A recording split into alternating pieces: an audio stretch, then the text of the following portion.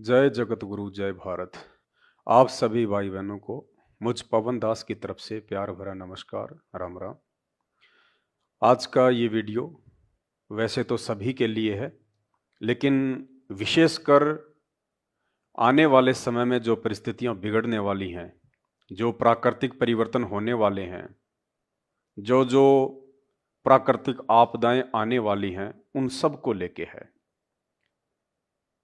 विशेषकर मैं अपने भगत भाई बहनों को आगाह करना चाहूँगा, जिन्होंने परम पूज्य सतगुरु रामपाल जी भगवान से नाम दीक्षा ली हुई है, या जिन्होंने संकल्प दीक्षा ली हुई है, या जो उनके सत्संग सुन रहे हैं। आज का ये वीडियो उन सभी भाई बहनों के लिए बहुत ही महत्वपूर्ण है। तो वीडियो को शुरू करने से पहले हम परम पूज्य सतगुरु रामपाल जी भगवान की वंदना करेंगे। परम पिता परमात्मा, सारी सृष्टि के रचनहार, कुल मालिक, असंख्य ब्रह्मांडों के स्वामी, जगत गुरु, तीनों लोकों में प्रवेश करके सबका पालन पोषण करने वाले राजाधिराज, आत्माधार, नाथों के नाथ, देवों के देव महादेव, सर्वेश्वर महेश्वर मृत्युंजय, अजरो अमर, आदि अनादि सनातनी प्रभु, जगत पिता जगदीश्वर, श्री श्री 1008 की उपाधि के वास्तविक अधिकारी, अकाल मूर्त शब्द स्वरूपी राम, वासुदेव सर्वगतम ब्रह्म, परम पूज्य, प्रथम पूज्य, परम संत, परम पुरुष, परम धनी, परम दयालु, जगत के तारणहार, जगत के मुक्तिदाता, जगत के जगन्नाथ, हारे का सहारा, अल्लाहु अकबर, अल्लाह ताला, संत श्रोमणी सतगुरु रामपाल जी भगवान के चरण कमल में हम सभी सत्सेवक भाई बहनों का अनंत कोटि दंडवत प्रणाम। भाई और बहनों, जैसा कि आप सब जानते हैं, 18 नवंबर 2014 को हरियाणा के हिसार जिले के पास में सतलोक आश्रम बरवाड़ा, जहां एक बहुत बड़ा कांड हुआ, पुलिस प्रशासन और संत रामपाल जी के भक्तों के बीच में झड़प हुई, जो बरवाला कांड के नाम से उस घटना को जाना जाता है, याद किया जाता है। उस कांड का मुख्य कारण आप और हम सब भगत भाई बहन अच्छे से जानते हैं कि खुद सतगुरु रामपाल जी भगवान का कलयुगी परिवार है। उनके भाई बंधु, बेटा बेटी, रिश्तेदार और सतलोक आश्रम मैनेजमेंट हरियाणा, जो वहां का मैनेजमेंट का कार्य देखता था, ये चंद लोग इस पूरी घटना के मुख्य जिम्मेदार हैं। इस बात को वैसे तो सब लोग जानते हैं, जो लोग नहीं जानते हैं उनको भी जानना चाहिए। हम अपने वीडियो में अक्सर इन बातों का जिक्र करते रहते हैं। उस बरवाला कांड के बाद में संत रामपाल जी जेल चले गए। भगत तित्र बित्र होने लगे। जिनको अच्छे से संत रामपाल जी का ज्ञान समझ में आ गया था, जिनके पिछले अच्छे भक्ति संस्कार थे, वो आत्माएं इस मार्ग पे दृढ़ता के साथ में टिकी रही। और जो आत्माएं संत रामपाल जी के ज्ञान को नहीं समझ पाई, उनके मिशन को नहीं समझ पाई, शास्त्रों से संत रामपाल जी ने जो अमिट सच्चाई रहस्य हमें दिखाए, बताए, भक्ति और अध्यात्म के विषय में, जो आत्मा उन चीजों को समझ नहीं पाई, उनकी गहराई तक नहीं जा पाई, वही आत्माएं संत रामपाल जी से दूर होके, या तो वे लोग अपनी परंपरागत जो भी पूजा पाठ किया करते थे, हनुमान जी, बाबा श्याम जी, देवी देवताओं की पूजा, उसमें लग गए। कुछ लोग अपनी अज्ञानता के आधार से दूसरे काल के पंथों में चले गए, और कुछ लोगों ने भक्ति ही छोड़ दी कि सब बाबा एक जैसे होते हैं, कोई भक्ति नहीं, कोई भगवान नहीं, अपना काम धंधा करो, अच्छे कर्म करो, बच्चों का पालन पोषण करो, बस यही भक्ति है। तो 3 कैटेगरी के लोग बरवाला कांड के बाद में विशेषकर सामने आए। अब जिन आत्माओं को संत रामपाल जी का ज्ञान समझ में आ गया था, उनको ये बात भी अच्छे से समझ में आ गई थी कि गुरुजी के जेल जाने के बाद में हमारी परीक्षा का समय शुरू हो गया। हमने उस महापुरुष से क्या सीखा है, क्या हमने अर्जित किया है अध्यात्म के विषय में, तो परीक्षा तो लाजमी है भाई। जहां गुरु शिष्य का नाता शुरू हो जाता है वहां परीक्षा लाजमी है। हम अपने बच्चों को स्कूल भेजते हैं, साल भर टीचर उसे सिलेबस पढ़ाता है और साल भर के बाद में वो टीचर उन बच्चों की परीक्षा लेता है, टेस्ट लेता है, उनके प्रैक्टिकल होते हैं। वो ये देखना चाहता है कि साल भर से मैंने इसको जो पढ़ाया है, बार बार जो मैंने रिवीजन करवाया है, उस समय इस बच्चे का दिमाग कहाँ था, ये कितना इन बातों को पकड़ पाया है, आगे चल के भविष्य में ये बच्चा कितना सफल हो पाएगा। उन सब के लिए वो टीचर उन बच्चों का इम्तिहान लेता है, परीक्षा लेता है। तो जिन आत्माओं को ये बात समझ में आ गई थी कि बरवाला कांड एक परीक्षा है, वरना धरती पे परमात्मा प्रकट है, उस काल भगवान की औकात नहीं जो संत रामपाल जी भगवान के सतलोक आश्रम बरवाला में रहते सहते उस आश्रम की एक ईंट भी उखाड़ सके। लेकिन कहीं न कहीं संत रामपाल जी महाराज जी का भी यही मिशन था, यही एक मकसद था कि 27 साल से इन आत्माओं को मैं ज्ञान दे रहा हूं। 27 साल हो चुकी हैं, ये लकीर के फकीर ही बने हुए हैं, या इनको भगवान की पहचान भी हुई है कि भगवान कौन है। तो काफी कुछ बातें। तो परमेश्वर की भी एक प्रकार से हम ये मर्जी कह सकते हैं। इस कांड को ना रोक पाने के पीछे परमात्मा की भी एक मर्जी थी, और वो मर्जी थी भक्तों की परीक्षा। अब जो आत्माएं समझदार थी, जिन आत्माओं ने भक्ति को समझ लिया, संत रामपाल जी को समझ लिया, उनके मिशन को समझ लिया, वो आत्माएं तो ज्ञान आधार से अपनी भक्ति कर रही हैं। वो ना किसी के बहकाव में आती है, ना किसी की देखा देखी में चलती है, ना वो आत्माएं भावनाओं में बहती हैं। वो ज्ञान को पकड़ के चल रही हैं, जिस ज्ञान के बलबूते पे हम सतलोक जा सकते हैं। बाकी भ्रमित होने वाले भ्रमित भी हुए, इस मार्ग को छोड़ के जाने वाले छोड़ के भी चले गए, और चापलूसी करने वाले आज संत रामपाल जी के परिवार की चापलूसी भी कर रहे हैं। और उसी चापलूसी का यह नतीजा है कि संत रामपाल जी के कलयुगी परिवार ने, विशेषकर उनके भाई महेंद्र ने, जो कि पहले हरियाणा पुलिस में था, काफी समय बाद फिर वो संत रामपाल जी से जुड़ गया। और उस आदमी की एक ही मनसा थी कि किसी भी तरह से ये आश्रम की बागडोर मेरे हाथ में आ जाए, ये गद्दी मेरे हाथ में आ जाए।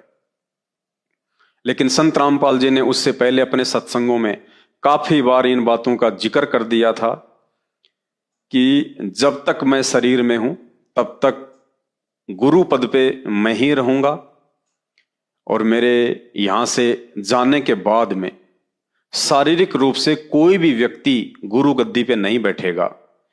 केवल मेरे द्वारा ही ये मार्ग संचालित होगा, मेरे द्वारा ही नाम दीक्षा दी जाएगी, और वो नूरी शरीर के द्वारा दी जाएगी, यानी डीवीडी से, टेलीविजन के द्वारा, एलसीडी के माध्यम से।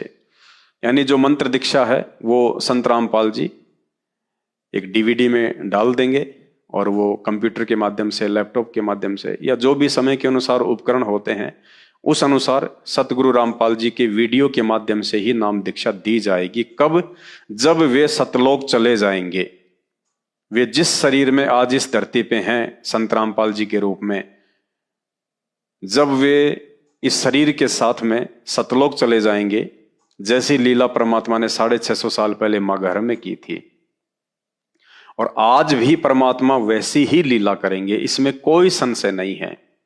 क्योंकि ये वही कबीर परमात्मा है जो 650 साल पहले धरती पे आए थे, जो चारों युगों में आते रहे हैं। आज संत रामपाल जी के स्वरूप में ये वही कबीर परमेश्वर हैं, और परमात्मा वही लीला करेंगे जो लीला उन्होंने चारों युगों में की है, शरीर जाने की, ताकि दुनिया की आंखें खुलें। जो लोग उनको शरीर में रहते सहते भगवान नहीं मान पाए, या उनको परमेश्वर के रूप में नहीं जान पाएंगे, फिर उनके वो लीला करने के उपरांत वो ऊपर हाथ करके रोएंगे कि हमने तो घर आए भगवान को ठुकरा दिया। बहुत सारी बातें हैं। तो 2014 बरवाला कांड के बाद से संत रामपाल जी के परिवार ने, जो कि भक्ति को समझ नहीं पाए, संत रामपाल जी के मिशन को समझ नहीं पाए, और हरियाणा में वैसे भी एक कहावत है कि दीपक तले हमेशा अंधेरा होता है। दूसरे शब्दों में कहें तो घर का जोगी जोगना, बाहर का जोगी सिद्ध। तो संत रामपाल जी को और उनके ज्ञान को ना समझ पाने के चलते आज उनके कलयुगी परिवार ने भोले भक्तों को मूर्ख बना के धर्म को धंधा बनाया हुआ है। देश विदेश में लगभग 10-11 इन्होंने फर्जी आश्रम खोल रखे हैं, और इन आश्रमों में 21,000 रुपये का पाठ और 2100 रुपये की ज्योति और खुले दान धर्म के नाम पे इन्होंने पिछले 8 वर्षों से लूट मचा रखी है। और इसी का यह नतीजा निकला कि जो ज्ञानी आत्माएं थी, जो संत रामपाल जी को, उनके मिशन को, उनके सत्संगों को समझ चुकी थी, उन आत्माओं ने संत रामपाल जी के कलयुगी परिवार की काल प्रेरित इन सभी घटनाओं को देखते हुए उन लोगों से अपना किनारा कर लिया, और संत रामपाल जी के सत्संगों को आधार बना के कि जब तक गुरुदेव भगवान जेल से बाहर नहीं आ जाएंगे तब तक उनके सत्संग ही हमारे असली गुरु हैं, हमारा असली मार्गदर्शन है। और उस आधार से साथ संगति से जुड़ के अपनी भक्ति पे लगे हुए हैं, और उन लोगों से कहीं ज्यादा, बल्कि ये कह सकते हैं कि सैकड़ों गुना ज्यादा इस भक्ति और भगवान का भरपूर लाभ साथ संगत से जुड़े हुए भाई बहन पिछले 8 वर्षों से उठा रहे हैं। अब इन दिनों एक बहुत बड़ा ड्रामा संगत में इन लोगों ने चला रखा है, और ड्रामा यह है कि गुरुजी हिसार जेल से दिन में 3 बार लाइव आते हैं और 1-1 घंटे के लिए सत्संग कर रहे हैं। और जिन लोगों ने वो सत्संग सुनने हैं हिसार जेल वाले, तो उन लोगों को नामदान केंद्र पे आना पड़ेगा, जो इन्होंने जगह जगह नाम दीक्षा केंद्र खोले हुए हैं। इन्होंने एक कंडीशन लगा दी है कि यदि संत रामपाल जी के वर्तमान में हिसार से आने वाले 1-1 घंटे के सत्संग अगर किसी ने सुनने हैं तो उनको नामदान केंद्र पे आना पड़ेगा। यहाँ पे उनको फॉर्मेलिटी पूरी करनी पड़ेगी। उसके बाद उनको मोबाइल पे लिंक भेजा जाएगा, और वो लिंक उन सत्संगों का उन्होंने केवल अपने तक ही सीमित रखना है, जगत वालों को नहीं भेजना है। और संत रामपाल जी की संगत का दूसरा जो ग्रुप है, जो ज्ञान आधार से चल रहा है, साध संगत, उनको भी वो सत्संग नहीं भेजने हैं। यानी इन लोगों ने संत रामपाल जी को अपनी अज्ञानता और छोटी सोच के चलते घर का गुरु बना के रख लिया, जगत गुरु को घर का गुरु बना के रख लिया, संत रामपाल जी को एक दायरे में समेट के रख दिया कि अगर संत रामपाल जी से दीक्षा लेनी है, संत रामपाल जी को गुरु बनाना है, संत रामपाल जी के सत्संग सुनने हैं, आपको यदि मोक्ष प्राप्त करना है तो आपने संत रामपाल जी के कलयुगी काल प्रेरित परिवार की, उनके बेटा बेटी भाई बंधु रिश्तेदारों की गुलामी करनी पड़ेगी, चापलूसी करनी पड़ेगी। जैसा वे मूर्ख लोग कहें आपने वैसा करना पड़ेगा। तो भाई ये हमें बिल्कुल भी मंजूर नहीं है। और इसके पीछे एक बहुत बड़ी परीक्षा है परमात्मा की। देखो, जो लोग संत रामपाल जी के परिवार की चापलूसी कर रहे हैं वर्तमान में, उन फर्जी नामदान केंद्रों पे जाते हैं और उन फर्जी आश्रमों में जाते हैं, जो ये सोचते हैं कि संत रामपाल जी के आदेश से ये आश्रम खुले हुए हैं। नहीं, ये बहुत घटिया सोच है, बहुत छोटी सोच है। ज्ञान से इन आश्रमों का, इन नामदान केंद्रों का कोई लेना देना नहीं है। तो जो लोग 27 वर्षों से संत रामपाल जी के वो अनमोल सत्संग, जो सत्संग उन्होंने गांव गांव जाके, नगर नगर जाके, सतलोक आश्रम करोथा में बैठ के, सतलोक आश्रम बरवाला में बैठ के किए, जिन सत्संगों की डीवीडियां बनी हुई हैं, जो सत्संग सोशल मीडिया पे वायरल हैं, फेसबुक पे, यूट्यूब पे, पेन ड्राइव में हैं, सीडी के माध्यम से भक्तों के पास में हैं, भक्तों के मोबाइल में मेमोरी कार्ड के माध्यम से हैं, जो लोग 27 वर्षों से संत रामपाल जी के द्वारा किए गए उन सत्संगों को नहीं समझ पाए, और उन सत्संगों को समझाने के लिए भी संत रामपाल जी ने सत्सेवकों को निमित्त बनाया, साध संगति रूपी एक संगठन खड़ा किया और इस 2 कोटि के जीव पवन दास को निमित्त बनाया कि 27 वर्षों से सत्संग सुनते हैं, फिर भी आज तक ये संगत ये निर्णय नहीं कर पाई कि परमात्मा कौन है, भगवान कौन है। ये तो जितने भी भगत हैं संत रामपाल जी के, वो जान गए, पहचान गए।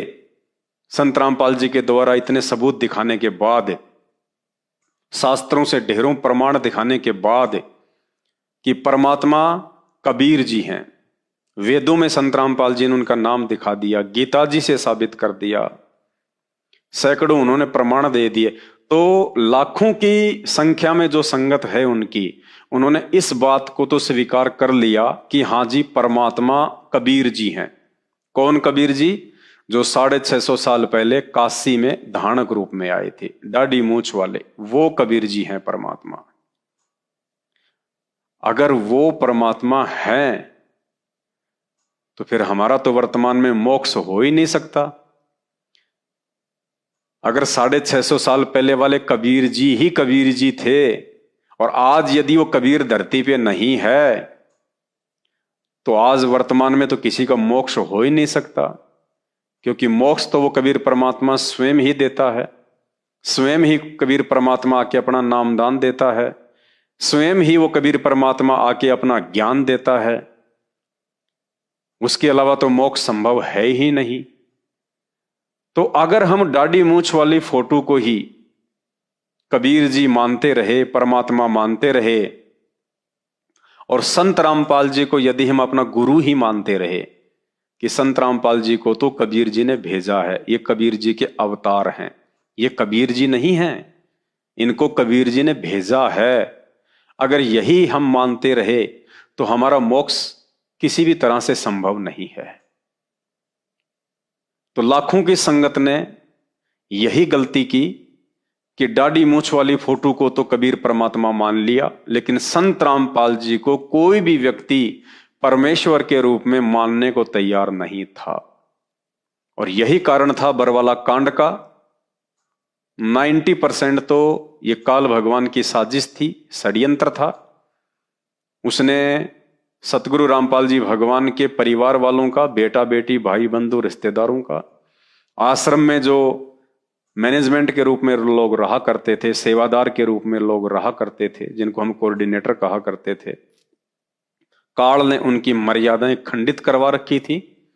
आश्रम में वे लोग सारे कुकर्म करते थे जो कुकर्म आप जगत में देखते हैं, सुनते हैं।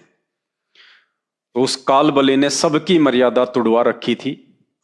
और परमात्मा का विधान है कि जब तक हंसा हमरी आना और काल लगे ना तेरा बाणा, जब तक मेरा भगत मेरी मर्यादा में रहेगा तब तक तो काल का कोई अटैक हो नहीं सकता।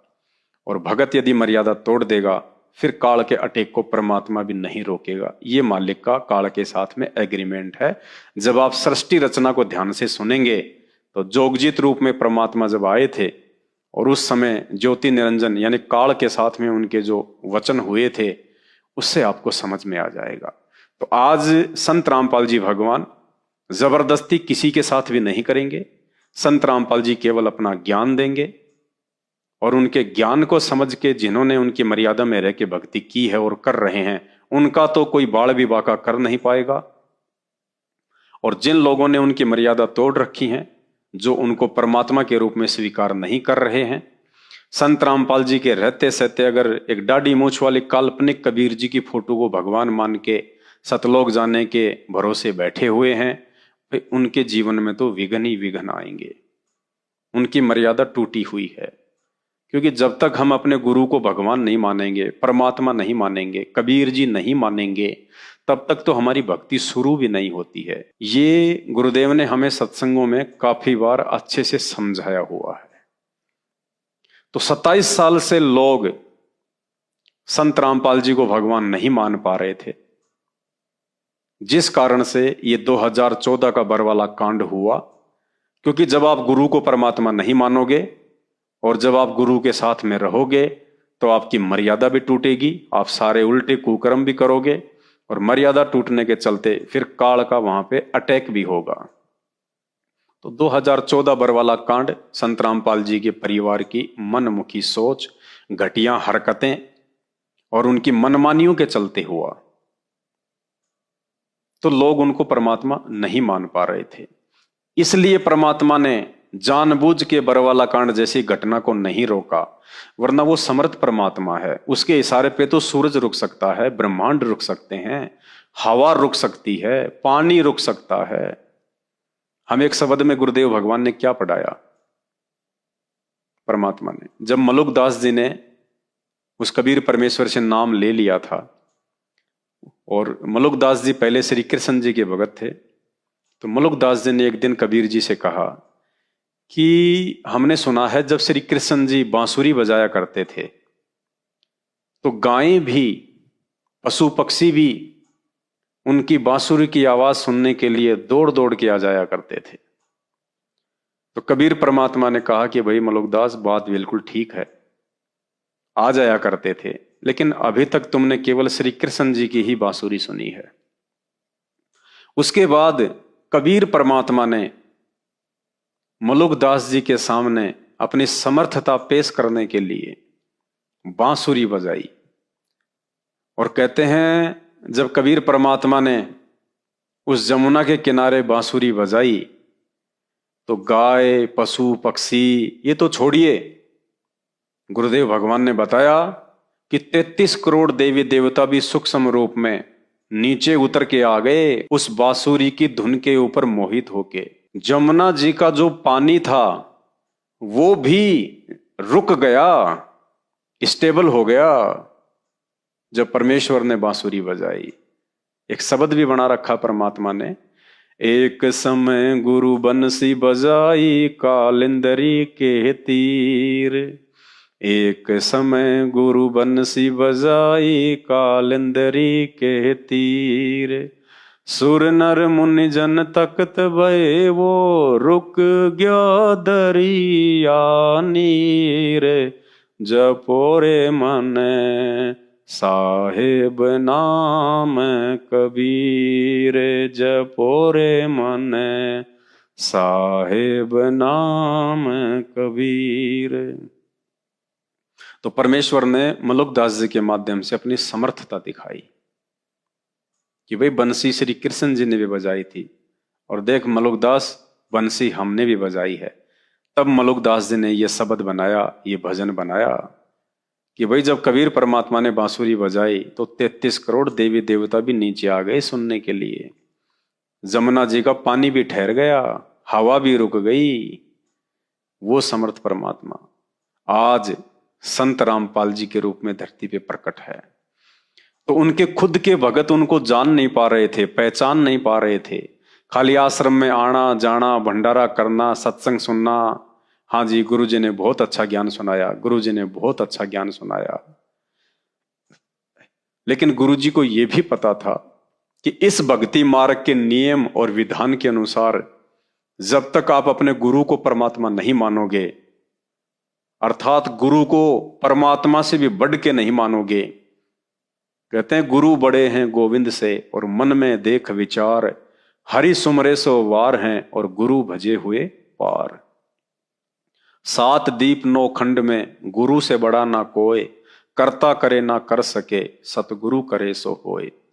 हमने तो सतलोक जाने के लिए, पूर्ण मोक्ष प्राप्ति के लिए गुरु को परमात्मा से भी बढ़ के मानना पड़ेगा। और संगत तो संत रामपाल जी को परमात्मा भी नहीं मान पा रही थी, केवल परमात्मा का भेजा हुआ दास समझ रही थी। और परमात्मा उस दाढ़ी मूछ वाली काल्पनिक कबीर जी की फोटो को मान रही थी। तो कहीं ना कहीं उस बरवाला कांड को ना रोक पाने के पीछे परमात्मा का भी एक मकसद था कि इन भक्तों को ऐसे समझ में नहीं आएगी जब तक इनसे दूरी ना बनाई जाए। वरना ये आश्रम में आते रहेंगे, सत्संग सुनते रहेंगे, घर जाते रहेंगे, आते रहेंगे, ये ज्ञान के ऊपर चिंतन मनन नहीं कर पाएंगे, ये मंथन नहीं कर पाएंगे इस ज्ञान के ऊपर। और मंथन किए बिना वो तत्व निकल के बाहर नहीं आ सकता कि वर्तमान में धरती पे कबीर जी के रूप में कौन है। क्योंकि बिना कबीर के हमारा मोक्ष नहीं हो सकता। और इस भक्ति मार्ग का एक रूल है, एक नियम है। जो कबीर जी का भक्ति मार्ग है, इसका एक नियम है। इस भक्ति मार्ग में कबीर परमात्मा स्वयं ही गुरु की भूमिका करता है। इस सृष्टि में उस परमेश्वर का काम करने में दूसरा कोई भी जीव, कोई भी प्राणी समर्थ नहीं है, सक्षम नहीं है। कहते हैं समर्थ का काम उसी को साजे और करे तो मूर्ख बाजे। उस समर्थ कबीर परमात्मा का काम वो स्वयं ही कर सकता है, दूसरा कोई सृष्टि में नहीं कर सकता। तो संत रामपाल जी खुद ही परमात्मा हैं, भगवान हैं, कबीर जी हैं।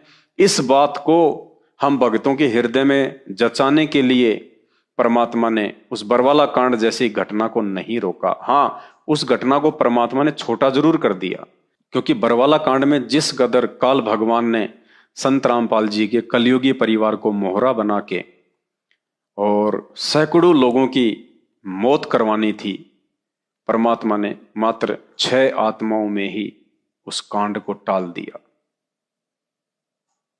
और उसके बाद से परमात्मा ने साध संगतियां शुरू करवाई। साध संगतियों के माध्यम से संत रामपाल जी भगवान के सत्संगों का वो सार, वो रहस्य, वो गूढ़ जानकारियां जो सन 2014 से पहले लोग नहीं समझ पा रहे थे, वो सब खुलना शुरू हुई। एक ग्रुप बन गया संगत में अलग से, सत्सेवक नाम से।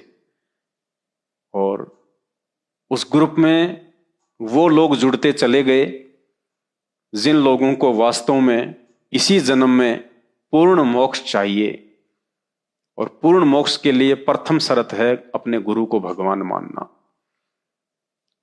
और संत रामपाल जी के सत्संगों का वो निष्कर्ष, वो सार, वो तत्व जब साध संगति के माध्यम से निकलने लगा तो ऑटोमेटिक अंदर से परमात्मा ने प्रेरणा कर दी। हमारे घर में, हमारे घट में, हमारे दरबार में केवल एकमात्र संत रामपाल जी समा के रह गए। वो कागज की नकली फोटो, कबीर जी की काल्पनिक फोटो, उसको हमने अपने घर से निकाल दिया, अपने दरबार से निकाल दिया और हर जगह से उस फोटो को हमने हटा दिया।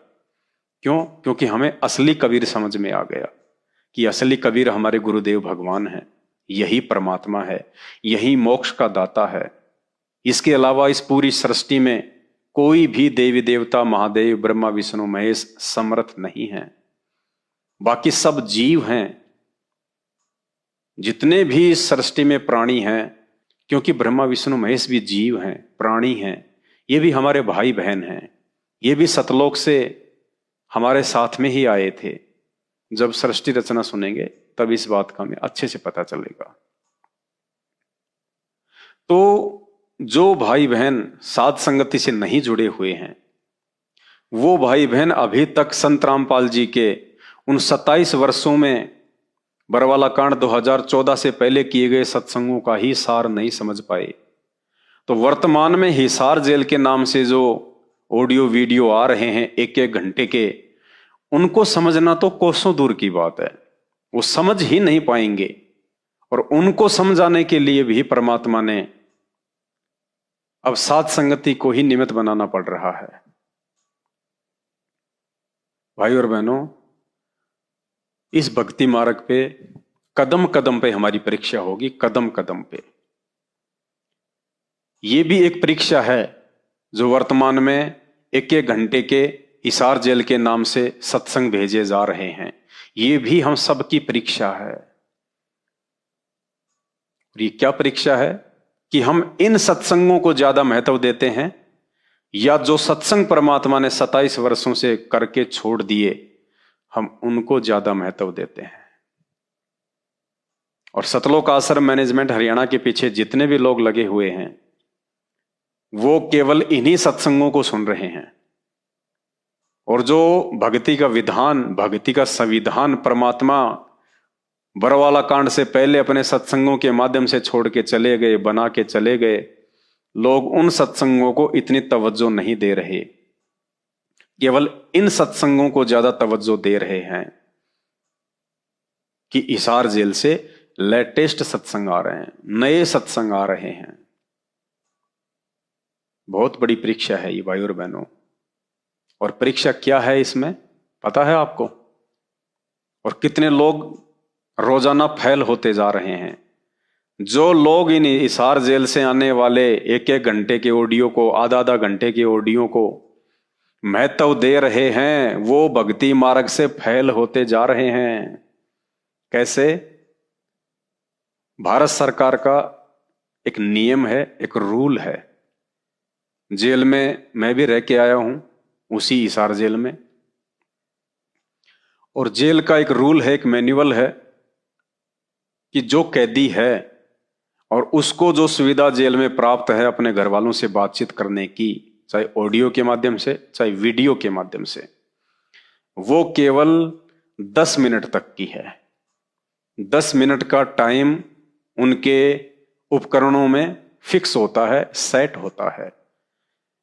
जब मैं जेल गया, मैंने भी अपने घर वालों से काफी बातें की। वहां से बैलेंस डलवाना पड़ता है, अपने नाम की आईडी खुलवानी पड़ती है, और रोजाना मात्र 10 मिनट का समय आपको मिलेगा। 10 मिनट होते ही ऑटोमेटिक आपका कॉल, चाहे ऑडियो हो चाहे वीडियो हो, वो डिस्कनेक्ट हो जाएगा। और 10 मिनट से ज्यादा यदि कोई बात कर रहा है तो वो अनैतिक है, गैर कानूनी है, वो जेल मैन्युअल के विरुद्ध है, खिलाफ है। मैं अपनी बताता हूं, क्योंकि परमात्मा ने मुझे जो भक्ति का पाठ पढ़ाया है, उस आधार से हम कोई भी नियम नहीं तोड़ सकते, ना इस काल भगवान का और ना अध्यात्म का। जेल में मेरी काफी जान पहचान हो गई थी, क्योंकि 24 घंटे वहां परमात्मा की ज्ञान चर्चा होती थी। तो वहां का जो लंबड़दार होता था, काफी मेरी देख रेख करता था, समय पे खाना वाना देना, हर प्रकार की सुविधा वो रखता था मेरी, एक भगत होने के नाते। 10-10 मिनट वहां पे बात होती है रोजाना, और मैं ज्यादा बातें नहीं करता था, सप्ताह में 2 या 3 बार ही घर पे फोन करता था। अब जेल में गैर कानूनी तरीके से सारा सामान आता है, सारी चीजें आती हैं, मोबाइल भी आते थे। मैं जिस ब्लॉक में रहता था वहां पे 2 या 3 मोबाइल होते थे वहां पे, गैर कानूनी तरीके से। तो मुझे लंबड़दार ने कहा कि भगत जी, अगर आपको बात करनी है तो बता देना, शाम के समय आपको मोबाइल दे देंगे, कोई दिक्कत नहीं है। आप 1 घंटा आधी घंटा अपने बच्चों से बात करो, कोई दिक्कत नहीं है। मैंने कहा जी मैं बात नहीं कर सकता, मैं इस प्रकार से बात नहीं करूंगा। मुझे पता है कि आप लोगों के पास में मोबाइल है, आप लोग रोज बात करते हो, पूरी पूरी रात मोबाइल चलता है जेल में, लेकिन मैं आप वाले तरीके से अपने घर पे बात नहीं कर सकता। ये गैर कानूनी है, ये मेरे परमात्मा की शिक्षाओं के भी विपरीत है, और ये जेल के कायदे कानून के भी विपरीत है। कल को अगर ये मोबाइल पकड़ा गया और जब डंडे पड़ेंगे तो सबके नाम आएंगे कि साहब उसने भी बात की, उसने भी बात की, उसने भी बात की। तो मैंने कहा भाई मैं इस आपत्ति में नहीं पड़ना चाहता, मुझे जितनी बात करनी होती है मेरे लिए 10 मिनट का समय बहुत है, काफी है। इससे ज्यादा मैं बात भी नहीं करना चाहता और मुझे आवश्यकता भी नहीं है, क्योंकि मैं अपने परमात्मा का नियम नहीं तोड़ सकता। तो पुण्यात्माओं, जब एक 2 कोटि का जीव, ये पवन दास परमात्मा का भगत है, जिसको जेल में मोबाइल की सुविधा उपलब्ध थी, अगर मैं चाहता तो घंटों घंटों मैं वहां से बात अपने घर पे कर सकता था, लेकिन मैंने उनको मना कर दिया कि ये गैर कानूनी है, मैं नहीं कर सकता, जेल के नियमों के विरुद्ध है। जब एक परमात्मा का भगत इस ज्ञान को समझ के, ज्ञान को आधार बना के नियम नहीं तोड़ रहा, तो विचार करो आज जेल से 1-1 घंटे की ऑडियो कैसे, आधा आधा घंटे मोबाइल पे बातें कैसे, ये गैर कानूनी है। और जिस व्यक्ति ने इस बात को स्वीकार कर लिया, यानी जिस व्यक्ति ने वो 1-1 घंटे के वीडियो ये सोच के, ये समझकर सुन लिए कि हां जेल से आ रहे हैं और संत रामपाल जी के आ रहे हैं, इसका मतलब उन आत्माओं ने अपने परमात्मा को अपने जैसी संज्ञा में ले लिया, अपनी जैसी श्रेणी में खड़ा कर दिया कि परमात्मा जो है वो जेल का नियम भी तोड़ सकता है, वो सारे काम कर सकता है, गैर कानूनी तरीके से भी जेल में सारे काम कर सकता है। तो हमने पुण्यात्माओं इन सब बातों को ध्यान में रखते हुए